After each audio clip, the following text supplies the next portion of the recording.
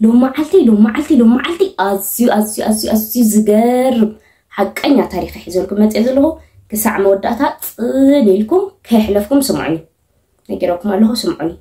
زي ديجيتي بال على معلتها بصراحة كله سروح ميكانيكال ماشينيو هاندا بتقوانتو مسحازو اتماشين مالتي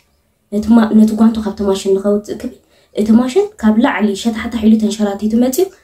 أتصابعتي إيديو قرصو تتاريخ كابزا سبع يكون نسجمر تتاريخ كابزا سبيتي يسجمر إذا سبيتي شما أيالا تبهال هذا معلته أبوين دسبيت مقبى عزيزة لا بلعت كلا هندا بيت حشق زبل نجرت حيخ انتهي لك أبقى صوت أطن تيسكوين صنح أتصابعت نايسة أيالا نت ريستورانت أب كلته بقاويات أب كلته تجدو مالتي بدحري إنه توافت ريستورانت زنوبور سبات ده جدرت قدوفو أيتو بلعوز مقبتا من ريزيو يا أغلوكم قدوفي لا توجج اتوي ريستورانت بتصمتي كاو انا بتم صراحتኛ خيدا خا نتوم صراحتኛ قوط تغبرو افت ريستورانت ازي كبيد عغرغر يخون ريستورانت شعو يعصبو افت شعو معلت زنبره اطقالا لستسرح مغبتا يغحف ግን ዝኹሉ መግብ እንዳጓሓፉ ከለው እታ አያላ ዝረኸበታ አጻብዕትና ይሰብግን አፍሪጅ ይቀምጡዋ በድሕሪዚ ቶም ሬስቶራንት ና ፖሊስ ይደውሉ ፖሊስ ተጻውዒዖም ስመጹ ነቲ ጉዳይ ምስራይዎ እዚ ምስ ፖሊስ ዘኮነ ምትሓዘሎ እዚ ምስ ሕጊ ሚኒስትር ጥዕና እዩ ስለዚህ ንሕና አይምልከተናን ኢሎም ነቲ ጉዳይ ገዲፎሞ ይኸዱ ድሕሪ 3 ሰዓታት ግን እቲ ነገር ምስተፈጸመ ሶሻል ሚዲያታት ቲቪ ሾዋት ነቲ ጉዳይ ከቀባባላሉ ይጀምራ ኣብ ሓፂር ሰዓታት እቲ ዜና ካብ ሃገር ናብ ሃገር ናብ ሙሉእ እቲ ህዝቢ ተሃገር እዚ ዜና ይባጻሕ ኩሉ ሰብ ይሰምዕ ማለት እዩ ንጽባሒቱ ንጎ ወከልቲ ናይቲ ሬስቶራንት ይመጹ از رستورانت لكع كان بعل ماكدونالد قلملز بهالو بتعمي عابين فلوتو رستورانتيو اتا تقاطع طاريت نايت رستورانت نتا صابعتي كافرج بموتا ناي بحقي اصابعتنا يسبدي وي سايكونن لا تشك تغبرو تريو مغنياتو بتعمي تጨنيا مغنياتو حاسا شموم تطفيو اب كسرايم كاتو سلازي نكلهم سرحتنياتات نايت رستورانت تليفون دادولت صويعات اكبهم اخيبات تغبرلو اتقند اخيبا مغبري ازنبره ነገር ካብቶም سرحتنياتات اصابعتو استقورص سبن من لاي ግን دخاما نخونتو خوينو كافتهم سرحتنياتات والحدا اصابعتو زسانه سب يلم كلهم اصابعتهم مولو ينيرو دحري حدا سومن بزتفالاليو عبيتي تي في شوات ايالا انترفيو تجمر مالتي كوميديانات كوميدي خسرحلو زلاغوص يلاغوص زسحقو بتازغاطمه ነገር يسحق اب عبيتي توك شو تي في شو እንዳቀረበት ካ ኢንተርቪው ትገብር ኔራ አብቱ ትገብሮ ዝነበረት ኢንተርቪው ካ አብ ነፍስ ወከፍ ኢንተርቪው እቲ ሲቹዌሽን ከመይ ዝነበረ ጽቡቅ ገሪያ ተረድኦም ኔራ እዚ ጉዳይ እዚ ኣብ ኩሉ ሶሻል ሚዲያታት يعلق لي بالطعمي فايرال واتس حلف حليفوا ايالا تاجرا طبقه قصيره كس تخففت مالتي افتلع الريستورانت كس مخفتي ام مخنيات كابتي ريستورانت ربح دبلك حساب ገንዘብ ንክትቀበሊ ኔሩ እቲ ريستورانت ካ ናይ በሐቂ እዚ ነገር እዚ አጋጥሙ ዝብል መርመራ ይጅምሩ ማለት እዩ እዛ ጻብዕት እዚኣ ምስ መግቢ በሲላድያ ንምባል ናይ ግሎም ዶክተር ይቆጽሩ ናይ ግሎም ዶክተር ምስ ቆጽሩ መርመራ ይጅምር ግን ውጽኢት መርመራ እንታይ ኮይኑ ይጸንሕ ኣፍቲ አጻብዕቲ ናይ አያላ ምራቅ አይተረኽበን ስለዚህ አያላ ሓሲያ ዝብል መደምደምታ ይበጽሑ ማለት እዩ ምክንያቱ አያላ ኣብ ኣፋ ከምት ዝበለቶ በሊዓቱ ኔራ ተትኸውንስ ዝኾነ ምራቅ ምትረኽቦ ኔሩ ድሕሪዚ ውጽኢት እቲ ሬስቶራንት እንታይ ይሓስብ ዝኾነ ሸርሒ ወይ ተንኮል ከም ዘሎ ይሓስብ ቀጥታና ፖሊስ ይድውሉ ፖሊስ በዚ ጉዳይ እዚ ኣብ መጨረሻ ይኣምኑ እቲ ጉዳይ ካ ንኹ በዚ ሓደ ወገን ካ እቲ ሬስቶራንት ምልክታ ይጥቀዕ እቲ ዝጠቅዕ ምልክታ እንታይ እዩ ዋና ዛ ጻብዕት ዝረኸበ $50,000 ክንሽልሞ ኢና ይዝብል ኔሩ ነዚ ሰምዑ ህዝቢ ካ ኣብ ሓውሽጥ ሓደ ሰሙን እቲ ሬስቶራንት ልዕሊ 300 ናይ ቴሌፎን ደወላት ይንጊዱ ግን ካብዞም ኩሎም ደወልቲ ካብቲ ገንዘብ ናይ ምርካብ ዘለዎም ድሌት ዝተበገሰ ዳእምበር ጥዑይ ኢንፎርሜሽን ሒዙ ዝመጸ ወላ ሓደ ሰባይ ነበረ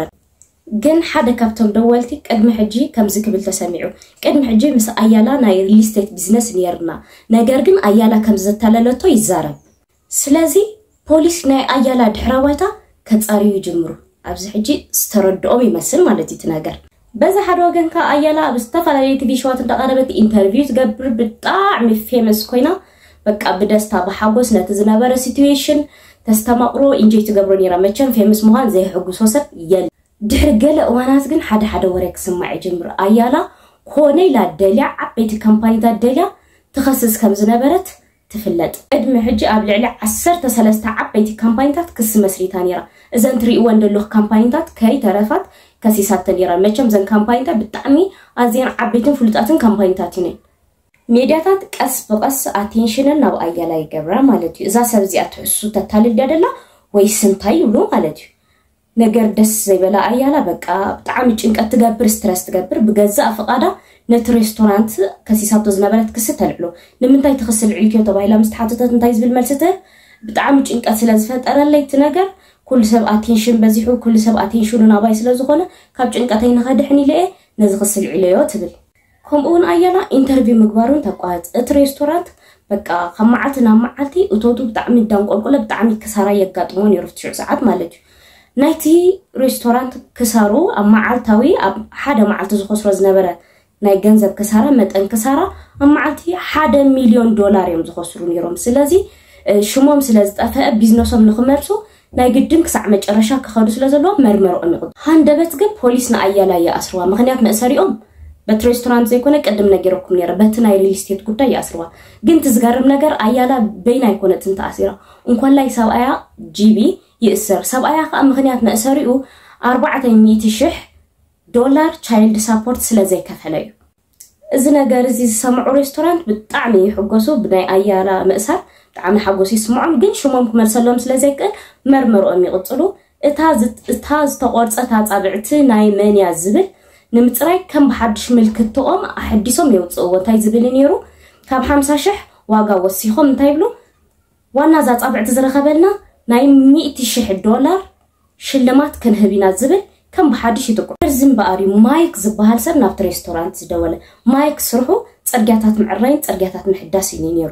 ከም ዝኽብሉን ሓደ ታሪኽ ክነግሮም ይጀምር ሓደ ካብ ሰራሕተኛታት ቀድሚ ሕጂ ስራሕ ክሰርሕ ኢሉ ማሽን እንዳሰርሐ ከሎ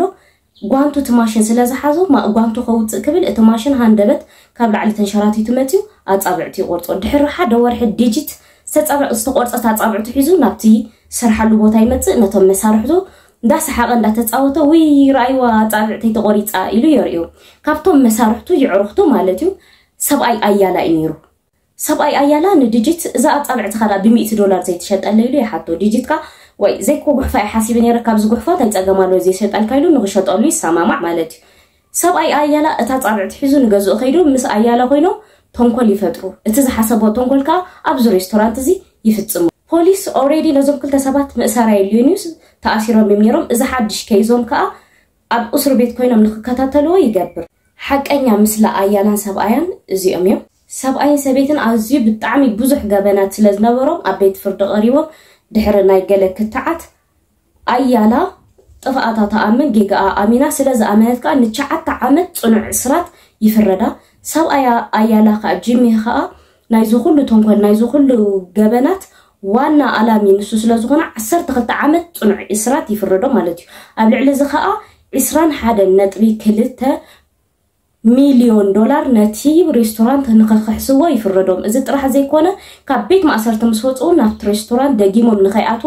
ተኣጊዶም ነዚ ታሪኽ እዚ ምስ ሰማዕኩ እንታይ ዘኪረ መስለኩም ቀደም ቆልዑ ከለና ንሪኦም ነበርና ሓደ ሰባት ነይሮም ኣብ ቤት ቁርሲ ገለ ይኣትውሞ ክልተ ኩላሰው ሓንቲ ኩላሰው ምስተረፈት ድድዕ ቀቲሎም ሒዞም ወይ ሃመማ ሒዞም ኣቱ ሕሳብ